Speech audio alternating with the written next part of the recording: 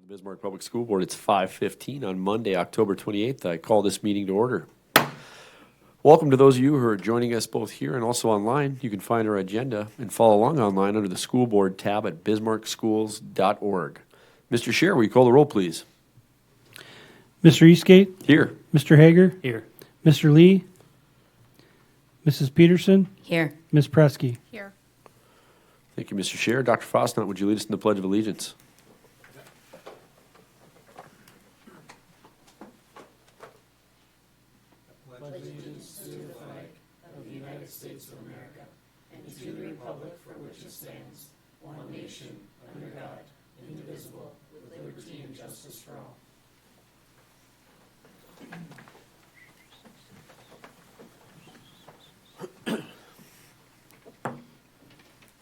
Item 1C is the BPS mission, vision, and values. The BPS mission is to empower every learner to thrive. The BPS vision states, together, our strong relationships build inclusive, collaborative, and innovative environments that create agency and inspire a passion for learning, excellence, and discovery. The BPS values are inclusion, excellence, innovation, and leadership. You can also find a link in our agenda to the BPS strategic plan. Item 2 is to adopt the agenda. What are the wishes of the board? I'll move that we adopt the agenda. Second. We have a motion and a second. Mr. Chair. Hager? Yes. Peterson? Yes. Presky? Yes. Eastgate? Yes. Motion passes. Item 3 tonight is public comment. The board recognizes the central role parents play in the education of their children and supports active parent involvement in the educational process. The board's practice of public comment reflects and aligns with policy BCBA and the spirit of its intent. For classroom issues, it's best to follow the chain of command, from the teacher to the principal to the assistant superintendent to the superintendent. For district-wide issues, please reach out to Dr. Fosnot. If you do speak tonight, we simply ask that you be responsible, be helpful, and be respectful. Our BPS students deserve to have adults model the expectations that we have for them. Groups are urged to select one spokesperson. Individuals will be limited to no more than 4 minutes and will be notified with 30 seconds remaining to conclude their remarks. The board does not debate issues as presented, but we take such matters under advisement. With that, if you have any public comment, please step forward to the podium.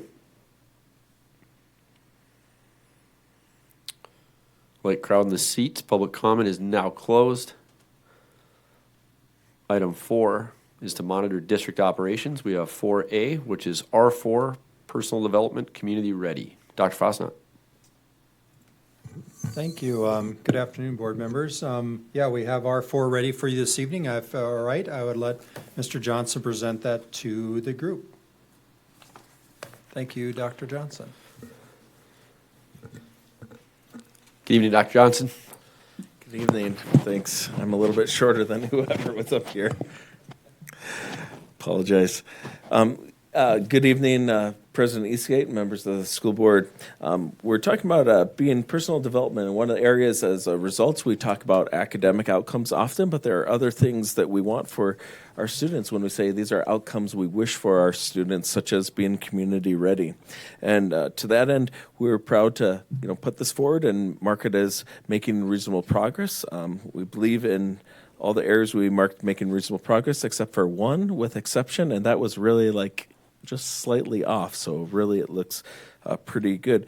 I'd actually like, and I know Dr. Fosnot did some reorganization of this format. I think you've seen some of this, but I really think that there's some nice highlights about how you see at the beginning the area of focus for continuous improvement. So as we go through this, we're always talking about areas related to this, about how kids are using their critical thinking. Are they taking risks? Are they finding their passions? And again, that aligns with some of our strategic plan, where it has priorities around authentic learning and personalized learning, finding their path so they have a voice and choice there. We have a small task force that continues to grow and expand, adding some members in about that personalized and authentic learning and where we can define and how that can be integrated into how we approach our lesson design. Throughout that work, we know that much of this occurs by having a good foundation. And part of that through elementary through middle school is our second step curriculum. That's one way, one manner where that can be explicitly taught and embedded into the work we do. And we have some resilience curriculum that, just like any math or other curriculum, has a basis where we begin to kind of give that basis knowledge and common vocabulary for our students and teachers to talk at the high school level. As we take a look, we really do believe that the coalition that's worked with looking at mental health and how we support those, especially that as we extend with students in activities, it's really an area that's we're leading, just like we did some great work with peer-to-peer in the past and inclusive sports and some work in our area. We continue to lead in an area of how can we better address mental health needs for all students, for the student that looks like they have it all together, but yet might be battling some perfection or some anxiety or some other items, to someone who outwardly needs some help. So again, we recognize that all means all, and we have some really great work. Riley Reel and some other are taking kind of point in a portfolio as that work, and we sent some teachers recently to some PD as they're looking to how can we advance this and create that for at our levels, the sports for all students. I'd end by saying that the end of this section talks about career readiness practices, and I know that you've spoken to this a little bit before. So when we talk about academic outcomes, we also have these other things that we want to be community ready, and not just for the workforce, but just in general, what is good to be attentive, to be able to be responsible, to be a good collaborator. And so we define this and have led some work in the state too about how we can begin to move away to separate and provide meaningful feedback so that, hey, if you want to get hired here, that's great, but do you show up on time? Are you collaborative? Do you work well with others? Do you engage in that? So we're really just exploring that, and so I would see that as really an initial exploration, and we're figuring out what does this look like for BPS throughout this. So the data you can see, and there's different elements that we've measured in the past for taking risk-taking and setting goals and initiatives, and our students are responsible as well as the engaging in career exploration. So as we take a look and we go through this document, you might see that again, underneath responsible risk taking, we just highlight that we met those areas with making reasonable progress. We have had some discussions recently in our learning excellence committees about how we might report these in the future. But again, taking your core AP dual credit, some CTE, and we, again, have high percentage of students that are engaging in that personalized choice to take an extended or deep dive, whatever their path is in there. Students tend to rate themselves in taking learning risks without that fear of failure. Failure is not a bad thing, but the ability to take that risk. And so hopefully that's can continually be instilled so that students are willing to take that chance on themselves and pursue that passion there. We also want kids to be engaged in that they're doing difficult work. It's kind of that stretch. Where am I being stretched? Not where it's being produced in anxiety for a kid, but where it's like I'm actually having to grow. And that's why I always say to my daughter, that's why I call it learning, because you don't already know it. Like you need to be in that place where there's a productive struggle. And we know what that feels like because we've been there before. And sometimes our students and everyone's kids have felt like that, but yet we know that when adults are helping and guide them through that, they're going to be in a good spot as they leave as an outcome. So again, we see high areas of success with that. Likewise, we go through, I'll kind of skip ahead to the one area in 4.2 with taking initiative, setting goals, and when we turn the page there, what would be page 10, you're going to see that that's the one that we marked making reasonable progress with exception. And in that, it's our K2 is at 85% with a target of 90. Again, a stretch goal. I think that target was moved up recently. And so we were meeting that in the past, and that's why it was raised. But yet you can see comparatively, and I think that's for future discussion too, do we want all the same to be the average? And I think Dr. Fosnat's talked with the board a little bit about what that may look like in the future. But currently, the report as it is there, that's where we're off there just a little bit. But again, we're only off because we raised the bar, because the board said, hey, we can do better because we've been doing consistently right at around that 85%, so we raised the bar. That being said, you can continue to see there, and we see passions and joy. That was part of the outcomes of how do we measure that, and it becomes difficult at times to really articulate and define that. I know Ms. Presky with environmental excellence, we're having some of that discussion about what is a good measure and how can we tangibly quantify what we're wanting, and how do we measure that to accurately report. So again, we see that if kids are finding some of their personalized learning needs and they're finding their strengths, their interests, their culture is relevant. If they see, hey, I see how this real world problem or how it authentically can be seen, they can see themselves in the future of what they're studying or working. We also do survey students. And that's where part of this is survey data. But these are results that students are sharing. And we can poke holes in all kinds of data, but yet in the end, the data is the data. What I would say in our framework within coherent governance, as the board well knows, but public too, is, again, we're looking at the trend. Are we growing? Are we making reasonable progress? So again, when we're comparing our survey to our survey, we might have questions about whether or not students rate in one way, but when we take the baseline and the year after year trend, you can just start to see, okay, this makes sense. Where are we trending? And so that's how I look at that data when I have some of those questions, but are we getting better from where we were in the past? And again, how do we talk to students about what it means, and are they understanding that? Well, when we talk about career choice ready, again, career exploration. This is an area where we've jumped up the past couple of years, and that was really through some intentional work when we had some accountability reports and looking at making that measure. But where can we be more explicit about not just allowing, or it's nice if you do some internship or a job shadow, but where are we going to be intentional about trying to create that? So some of our courses and the coursework has really built up to try to say, hey, let's do this as part of like econ, for example, and just where there's other opportunities for students to see if they really do see themselves in a future career, but through that career exploration. Last part's really focus on our extracurricular or co-curricular. We take a look at high school and middle school.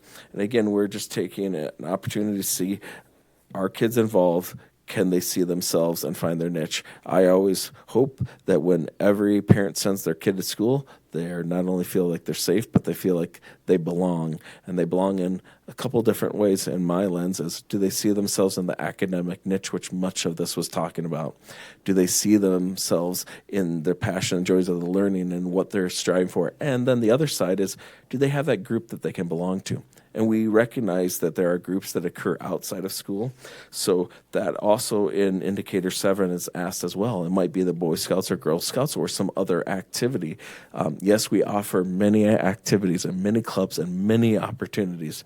And yet we don't offer everything, but there are other items where students see themselves and they have a place and a belonging socially with others. And so we just continue to ask the question to make sure that we can figure out how to support students. But I mean, we've seen esports rise. We've had a few other hockey examples where we've added teams and opportunities for both boys and girls. We continue to see opportunities with girls wrestling, for example. It's just been countless times over the last decade here, seeing this board and this community step up and say this is a new need, and how can we support our learners to find themselves not only academically but social and emotional. So I'd stand at any question at this time, or Dr. Fosnot may have something too that he'd add in there based upon that report. Thank you, Dr. Johnson. Board members, any questions? Ms. Presky? Yeah, I have a couple things, and Dr. Fosnot, feel free to jump in if the question's more appropriate for you than Mr. Johnson. But so yeah, I'm part of the committee that's reviewing this right now, and I guess one question that I've had after sitting in our last meeting is how often do we reevaluate that student survey and the questions that are asked? Because I think we've had a similar conversation around this table when we get the results from the student survey in reports, and it's, well, you know, are these questions framed the right way? Do the students really know what the question means? And there were a couple that we teased out and visited about during our committee meeting on this, like real world problems. Like, what does that mean? And is that the right verbiage? And the question of students choosing their own learning topics. Well, how much involvement does a kindergartner through third grade have in choosing their own learning topics, right? You might have that opportunity when you're in high school, but do you really have it in elementary? So I guess I'm wondering about the questions. And is that part of our process that we're going through right now in our committees? Is that part of your feedback that you're getting? But I feel like we've been talking about this a lot with that student survey, and it might be a good opportunity to take a look at the questions that are being asked. You want to crack or want me? Go ahead. I would say that historically, I think that we've tried, again, typically we look for about 4 years of data that we're reporting. So one difficulty becomes every time we change a question, does that impact? Part of the reason we moved to more of our own BPS survey is that we were reliant in the past on outside surveys like Cognia, Advanced Ed Accreditation, and they'd change their questions, and then we'd be like, okay, in these 2 years it said this question, and then the last 2 years it said this. With that being said, I think that really is the scope of, as you were alluding to, Board Member Presky and Dr. Frostnut, you can to talk about this, is what is it that we want and what's the best way of framing that. That being said, there are also things that we can internally do about trying to ensure that are we framing up, whether it's a guided PowerPoint or some sort of presentation when we're talking to students about taking the survey. Have we articulated what it's like? Do we remind them? Do they see and recognize that they have choice within projects that's different than choosing which class I want to take or choosing whether or not I want to study something? But again, common definitions and calibrating that is important. Dr. Frostnut, I'd let you clean up. Thank you, Dr. Johnson. I think that's right. We've just started this process, and I mean, 2 of you have already got through our first report. It's taken us a year to kind of get to this evolutionary phase of where we're starting to look at these and critique them. What do we want to say? How do we want to say it? Set our targets. So we're just in that phase. I will say, Board Member Presky, your group was the first one to really question the survey in that Is that detail. because of me? No, it's not. But I mean, which is a good thing. I'm going to tell you, I haven't looked at that great a detail, but it's just, to me, the next evolutionary step. I will say, philosophically, what we value should drive the questions in the survey, not the question in the survey drive what we put in our reports and what we're looking for. So really, this evolutionary process we're going through, making revisions to these and what our indicators are, okay, that informs us, okay, how are we going to edit our surveys to make sure we're getting the right information to bring back to you. I think it's just part of that evolutionary process that we do it. Your committee asked really good questions. Why are we asking that? To what depth? The third graders really understand the question. All great. But it's going to take us some time to work through that. If I may just respond Please. to a couple things. I think Ms. Presky's committee is reworking this document. By the time you see it next year, we're going to have some revisions to it. I mean, one was we talked about 437, which is that out-of-school activities. Love the report. It's great. And I know it seems very obvious that we're obviously supporting kids to be involved in out-of-school activities. But if these are indicators of our effectiveness of the systems we have in place, what's the system that gets kids to join Girl Scouts and Boy Scouts? Because that's not us, you know. So we were just critiquing that as we went through the report of, if this is really evaluating what we do, what are we doing that makes kids go to do something outside of school? And should that be an indicator? Or should we focus more internal, what we have a locus of control on? So great discussion. I guess Dr. Johnson mentioned it. I'm very proud of the work he and our CT program, actually all of our 3 high schools now, with career-ready practices. I know you have been aware, we've talked about it, parents really need to look at these. These are indicators built by North Dakota Career and Tech Ed. They are aligned to workforce-ready skills to make our kids ready to go out in the career field and the job world and be successful. As Dr. Johnson mentioned, it's on-task time, it's collaboration, it's showing up, being to work, getting your job done in a responsible fashion, completing a project. It's all those skills that we find important in the workforce, many more, and we're just beginning to get those implemented through all of our high schools as we did in our CT programs. So you're going to see that rolling out and now feeding some of our documentation, so you'll be able to track that implementation. And just specifically, you kind of mentioned the authentic learning, real world indicator, and then also the career exploration. I think you should be very proud of both those. Those have show really good results, and those are both. It's good that our kids get to do activities that do match what they're going to see in the real world. It's authentic. It has meaning, and then that the last 2 years, the number of kids who are actually doing career exploration in high school, that's outstanding. So the more we can do that, the better. I think both those are good predictors of future success for our kids. So. Thank you, Dr. Frosnett. Yeah, Ms. Prinsky. Yeah, great points. And then I wanted to also just let the board in on some of the conversation during that committee meeting. So indicator 7, which is I participate in after-school activities. And the point of this report is really the career readiness. And someone brought up, we're not asking, do you have a job? That doesn't count in this. Or are you doing an internship? So that really kind of highlighted a moment where we just thought, yeah, really, that should count as a after-school activity because you're still doing something to prepare yourself for after high school. So really good point there that I'm sure will help in crafting the next phase of this. Yeah. Board Member Presky, thanks a lot for you and the committee's work on that. I agree with kind of your deep dives on this because I was looking at page 12 that was mentioned about working on real world problems in my classes and just thinking about, even my own kids. We always have to tell them when they're working on math and they're wondering how this is going to apply, and we start talking about accounting and engineering jobs and how they don't even know that it's going to necessarily have a potential real-world implication. It might not today on that test, but down the road they're going to need to know those skills or at least how to find the right answers and solve them. So, like for me, when I look at it, and they're in the secondary level, so you'd feel like I wish that percentage was higher than the elementary kids, as you're talking about, because they're just. So you hope, too, that when it's being discussed and that they're taking these surveys, that there's some context given there as well of how this can apply. But I really appreciate you guys are digging deeper into those and asking the right questions so we have the right indicators. Again, philosophically, I still think it's the right question. I think it's a great question to still ask kids because I like to get that feedback. But are they understanding, I guess, what we're hoping to be hearing from them, too? Board members, any other discussion on R4? Seeing none, and thank you very much, Dr. Johnson, for your report. How does the board find R4, personal development, community ready?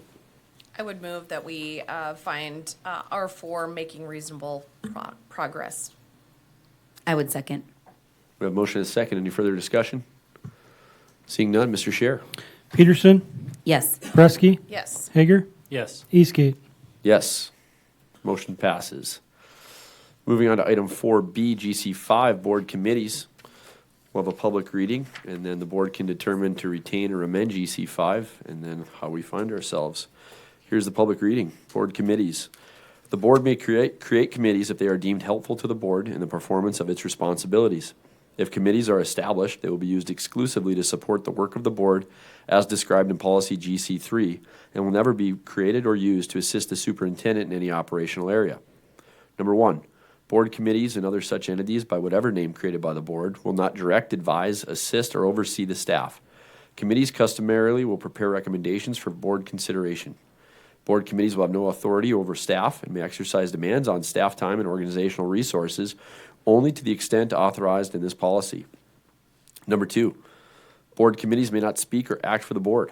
The responsibilities and authority of all board committees are carefully stated in this policy to assure that committees fully understand their duties and extent of authority, and to assure that committee work will not usurp or conflict with the board's own authority or conflict with authority delegated to the superintendent. Number 3, all board committees are considered to be ad hoc or temporary. The termination date of each committee is listed in this policy.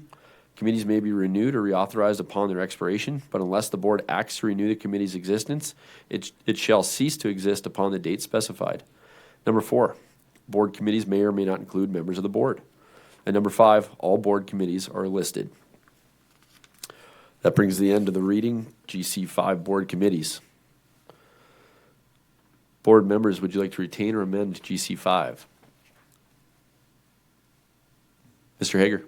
I would move to retain GC5 board member committees. I'll second. We have a motion and a second. Any further discussion? Mr. Scher, the roll, please. Peterson, Yes. Presky, Yes. Hager, Yes. Eastgate. Yes, motion passes. And how does the board find us on GC5 board committees? Ms. Peterson. I would move that that the board is in compliance for GC5 board committees. Second. We have a motion and a second. Mr. Scher. Presky, Yes. Hager, Yes. Peterson, Yes. Eastgate. Yes, motion passes. Moving on to item 5 on the agenda, matters reserved for board action. 5A is the naming of the Northeast Career and Technical Education Center. Dr. Frostnot. Board members, you're well aware that we have been working on this project for years. From the moment you put in your application for funding for Career and Tech Center expansions, what came out of ESSER funding from the state. We've been working on this. We're ready to break ground on this project. So we thought it was the right time. We should actually name this site, and you as a board get the privilege and the responsibility of naming. If you would accept our recommendation, I say our, is really our CTE team, Career and Tech Ed team. That includes Mr. Scher, Dr. Johnson, Mr. Phillips. Actually, Mr. Haroff is still in there. And we've just been looking at a naming structure. I think that was in my notes to you, that we wanted to do something consistent so we can, if we build out, even to the point of Hughes, even though it's probably always be the Hughes Educational, am I get that wrong? Education Center. We'll still have activities in there we'll use by Career Academy Hughes, so we know what we're referring to. And so we are recommending for you to name that the Career Academy Silver Ranch. Thank you very much, Dr. Fosna. And if Mr. Dale Haroff's, vote is behind it, that's a pretty strong vote for us with Career Academy stuff. And yes, so the board, we would be looking for a motion tonight on what we would like to name the CTE currently in the northeast part of Bismarck. President Eastgate, I would move that we name the Northeast Career and Technical Education Center the Career Academy Silver Ranch. We have a motion. I'll second. We have a motion and a second. Any further discussion? Seeing none, Mr. Scher. Hager, Yes. Peterson, Yes. Preskey, Yes. Eastgate. Yes, motion passes for the Career Academy Silver Ranch officially. Item 5B, we have board member school visit updates. I do believe we have one from board member Peterson. Thanks, President Eastgate. And I thought it was kind of fitting after we were just having the conversation about R4 and just the different opportunities and that students have to kind of experience different real world. But I also think what was kind of implicit in some of that results policy is we have a lot of alternative pathways for students, a lot of different programming options, a lot of different ways that students can kind of find their path once they kind of move into that high school time of their lives. And so I had the pleasure of going to South Central Alternative High School, a school that I feel is very near and dear to my heart. I worked very closely with them back when I was an employee of the district as a dean at Bismarck High School. So learned and worked really closely with Mr. Joe Calvoda, who is just definitely a leader, not only in our district, but in the state in alternative high schools. So one of the first things that you do when you walk into the South Central is you notice kind of the code that they live by, which is the Phoenix Code, and it goes by Arise. But I think it mimics some of the Dignity Index and a lot of the things that we've been talking about. But they live by acceptance, respect, integrity, safety, and effort. And I thought that aligned really well to just the mission and vision of BPS as a whole.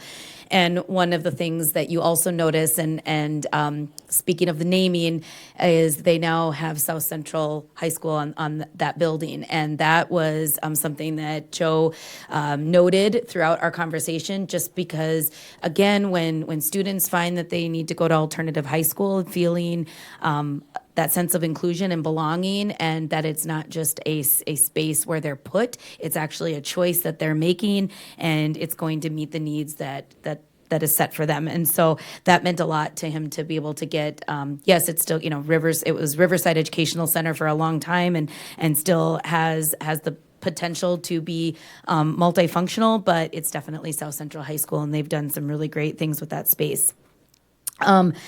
Just by happenstance, I got there for our visit, and Joe was about to, he asked if I would wait for a few minutes because he needed to give out I was there October 21st, but he needed to give the September Student of the Month.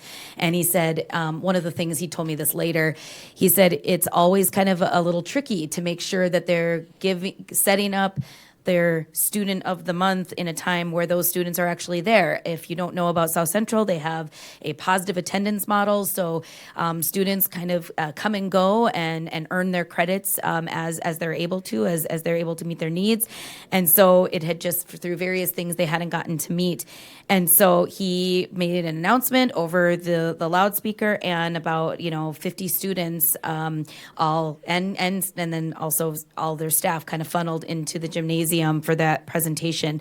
And what I think is really telling is that because it was the first one, so it's their September meeting. For many of those students, it was the first time that, they talk about they get nominations, and then of course they award to one lucky individual. But the nominations are presented by each of the staff members that nominated them, and they read their little blurb. But when the students were names, that were in the room, found out that it was them, and that these nice things are being told to them. I mean, their faces, they're not always, a lot of them are wearing comfy clothes, hoodies, everything. They're just kind of moving back and forth. They definitely were engaged with that. And the better thing was how excited they were for their friends when their friends' names were shared, and just the kind of just the praise that they were giving each other. So that was really cool to see. So I was glad that I got to sit in on that. One other thing, as we were talking, I know a lot about the school, so it was definitely not the first time that I was learning about the school. So forgive me for those of you in the public who maybe don't know as much about how South Central runs.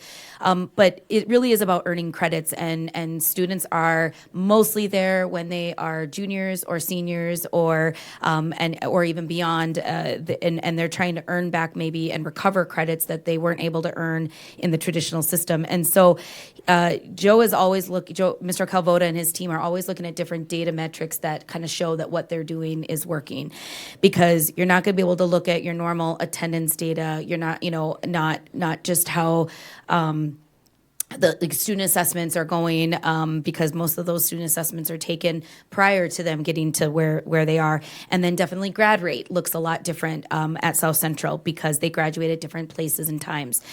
So, and in fact, he had already had in October, he's already had a student graduate. And so they're graduating students all the time. But he was excited that he'd been looking, he's a math teacher at heart, and he'd been looking at long-term data. He's been there a long time with South Central. And he really just was excited to tell me that he'd seen an increase of 12% in credits earned over the last 3 years. And so, and these students can earn 1 credit, they can earn 15 credits. It just depends on where they are, and they're earning those at just constantly. So he was excited about that. With 13 total credits being earned in September alone. So that was another thing for those of you who don't see how this works, that was also really cool. One other challenge that they have lots of different challenges with the unique students population that they have, but they had a kind of an external challenge this year that he thought that it might just be good for the community to be aware of. But he had to deal with some safety issues kind of connected to transient homeless population. And I think this is a community issue. We've seen it coming out at different city councils, city commissioner pieces. And so it also affected us at our schools. And I think that obviously South Central is located right down kind of in the Riverside area by the zoo and by the parks and they by the ballpark, and they were noticing that they were having people kind of camp out in some of those parks, but then utilize the Wi-Fi at the school. And so I just was really impressed with the partnership between the district office and Becky Labella, facilities office, Dr. Johnson, he called you out, and the Bismarck Police Department to really work together to come up with solutions. And so everything from limiting the Wi-Fi after hours, but also real solutions like cutting up the trees so that you had line of sight everywhere. And I think they're still looking at making sure that the parking lot is fully lit so that it's safe for students and staff, and even that building is used with Parks and Rec and other things, so making sure that the parking lot is lit for anybody who's using that building. So that was really cool. And then, speaking of partnerships, I think Mr. Calvoda really wanted to specifically share. I mean, they've done a lot of unique things kind of quietly over the years, but they have a positive partnership with Dakota Trauma and the work that they're able to do with kind of a clinical psych and social worker, and really having full-time staff that's able to meet both the academic and behavioral needs of the students is really good. And I think we have that in all of our schools, but one thing that he kind of really talked about was that they truly are a member of like the South Central team, and they know these kids, they know the things that they need to do. In addition, I mean, they have a partnership with a food bank, and that's been expanding over the years and is quite impressive, as well as a lot of the different there's a clothing bank, and I know that there's different schools that go in and help with some of their service hours. So they're just they're really doing kind of a full-pronged approach of educate, support, and care. And I think that is something that Mr. Calvoda really wanted to praise. And he wanted to kind of thank both the board, but really the district for continuing to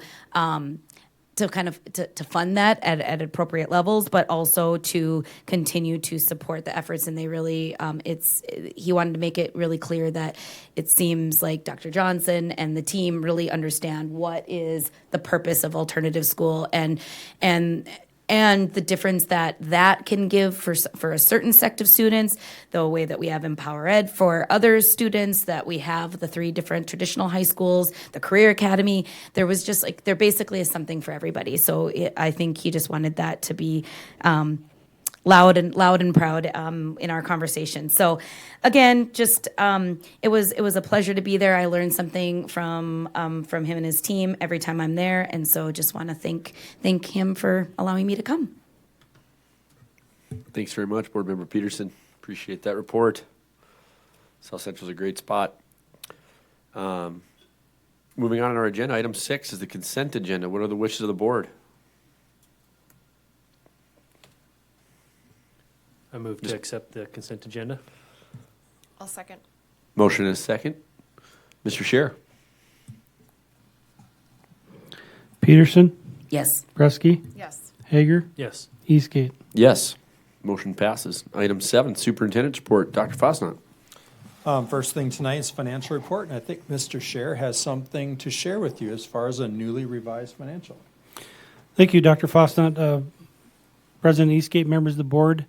Tonight we have a newly revised report that we're about 98% done.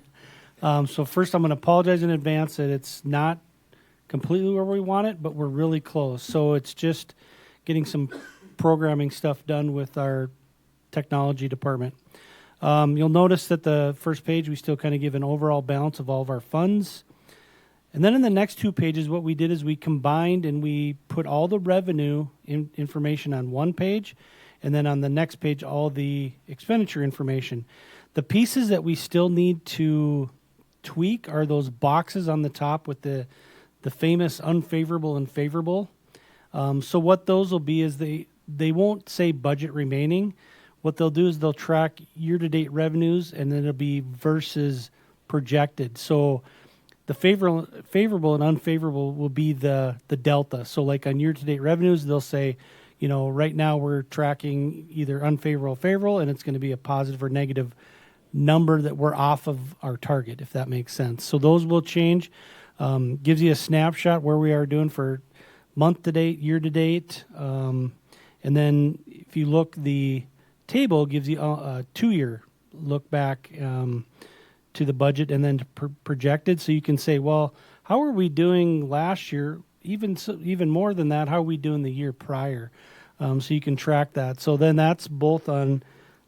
So really, a lot of information condensed into those 2 pages for your kind of your summary information, and then we always include our kind of object code reporting out on all of the expenses. I will bring, some of them are tracking a little higher right now, but for example, insurance, that's kind of a one-time payment, so that should be, right at 100%, and then, we won't have much more throughout the year unless we would add vehicles, etc. So that's the report for you. Next time, it's going to even be just 2% better. So I'd answer any questions the board would have on the. Thank you, Mr. Scher. Mr. Hager.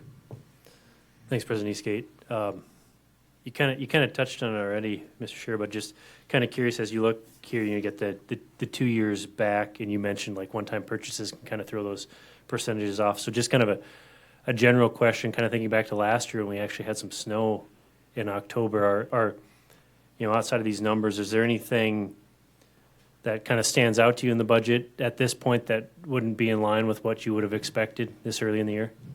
No, they're not really like anything big. There's some minor things, like for example, I was looking at our property insurance, and we were slightly over than what we budgeted there. But some of those are hard because what happens is some of those get approved, and like for example, I just paid for our turf insurance just today. And it's like, wow, that was a little bit different than we had wanted because it's hard to control some of those. So really, I don't think there's anything quite yet that the board needs to be aware of. But and that particular item you're talking about is, I hope we're really good all year long on snow removal. Did I just jinx us? It's snowing outside right now. It's a good sentiment. Any other questions for Mr. Scher on the financial? Okay. Item 7B is the BPS voting sites. I just want to remind you board members, and I guess for all of our patrons who are hopefully getting to early voting, or if you're going to wait till next Tuesday, and I encourage everybody to go out and vote. Remember, BPS does have a part in ensuring that this community can get out and cast their vote. I think it's an important part.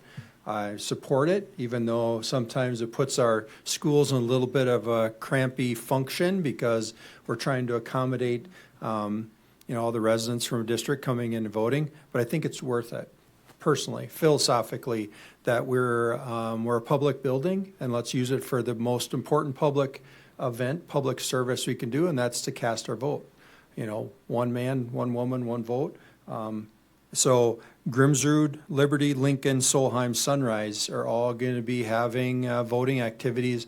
And when I speak to those principals, they have a plan. They're ready. I actually brought the plan if you'd like to see it. We work through our principals and also our safety coordinator, make sure that we have a safe school while we're voting, while the community's voting. But it's also a great time when I talk to like Dr. Upton, it's a great time for our kids to actually see it.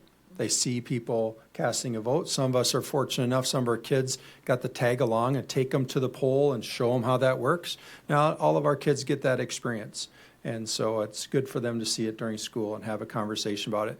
And I can tell you, at least if I read the High Herald here last week, our high school kids are voting. I saw some of their voting tallies and where they're voting at. And I will leave that off here because that's up to them, not up to me to share. But yeah, it's good to see our kids casting a vote and engaging in that process. So I thought I'd share that with you. I do have two others that's kind of dropped by today. If you don't mind, they're not on the agenda. But I did want to make board members, you're going to get an invitation. Dr. Bitts and I have been working in partnership to host a legislative forum. That will be on November 19th. You'll get an invitation to that. We're inviting all the legislators from both of our communities over to Mandan High School because he wants to show off his brand new building, and I don't blame him. But we're going to get together and just talk about legislative issues that pertain to education and maybe what's working, what's not working, and what do we need to continue to do that, or maybe what we haven't thought of. So we were working on that today. You'll get your invitations this week. And last thing, this afternoon, I know Mr. Kruger and myself were at the state CTE board meeting, and we got approval of our CTE center. We actually didn't have to do any JPA or anything like that. They allowed us into CRACTC. So we are officially to go. You are now a member of a new center, and we will be continuing to work that out and build that out in the next few months. So that's a lot of positive work done in the right direction. So good thing we named a place today. So we have some more to add to it. So if you have any other questions, I guess it's been a very productive couple weeks. Board members, any questions at all for Dr. Fosna? Well, thank you to you and your team for all the work on all those different things. We do appreciate those principles, like you said, accommodating, not just accommodating, but welcoming the polling that's going on. And thanks to all your team with Career Tech. That's very exciting for BPS. I think we'll, as a board, be excited to see what BPS does alongside with that and what it's going to mean for our kids in the future. So with that, all agenda items have been considered. I declare this meeting adjourned.